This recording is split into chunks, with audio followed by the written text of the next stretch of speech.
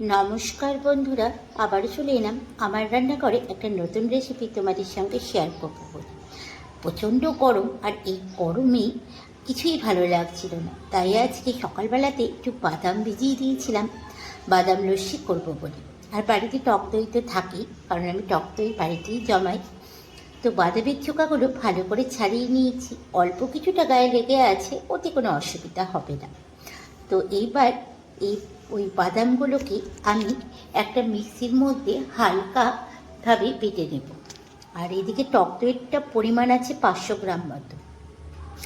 এবার মিক্সিতে বাদামগুলো দিয়ে দিলাম। এবার একটু হালকাভাবে বাদামগুলোকে গ্রেট করে নেব।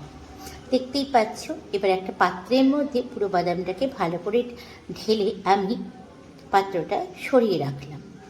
আর যেই মিক্সি বলে আমি বাদামটা বেটেছিলাম, সেই মিক্সি বোলটার মধ্যে কিন্তু আমি পরিষ্কার না করেই যেই দইটা ছিল, সেই দইটা, যেখানে একটু 500 গ্রাম দই, এটা পুরোটা একভাবে আসবে না বলে হাফ হাফ করে আমি এখানে নিয়ে নিয়েছি।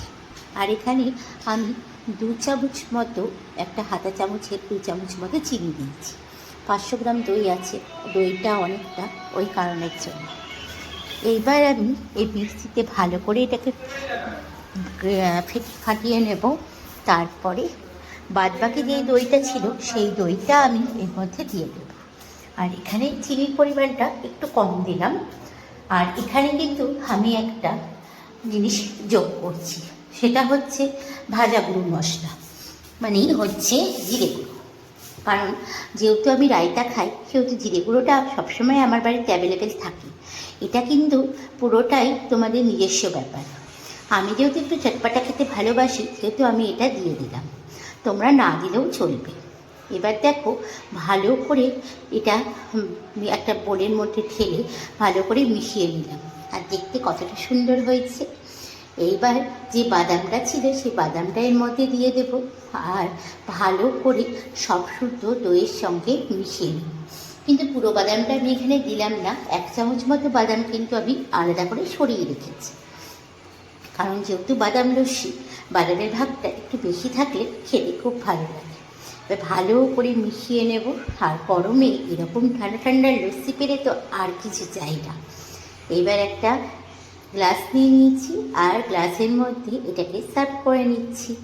আর তার মধ্যে দিয়ে দিচ্ছি এখন সেই যে তুলে রাখা বাদাম, সেই বাদামটা অল্প 1 চামচ মতো এর মধ্যে দিয়ে দেবো ওপর থেকে। এটা কিন্তু আমি মিশাবো না, এমনিই দেবো ওপর থেকে। আর দিয়ে দিলাম বরফের টুকরো। রেডি হয়ে গেছে তাহলে বাদাম লস্যি। তাহলে এই রেসিপিটা কেমন লাগলো অতি অবশ্যই কমেন্টস করে জানিও। ভালো লাগলে লাইক করো। আর এরকম গরমে, প্রচণ্ড গরমে এরকম ঠান্ডা ঠান্ডা লস্যি বানিয়ে তোমরাও খাও, আর বাড়ির সবাইকে এরকম করে বানিয়ে খাওয়াও, দেখবে সবাই খুশিও হবে। তাহলে দেখা হচ্ছে আবারও একটা নেক্সট ভিডিওতে তোমাদের সঙ্গে। সবাই ভালো থাকবে, সুস্থ থাকবে। আজকের মতো সবাইকে টাটা।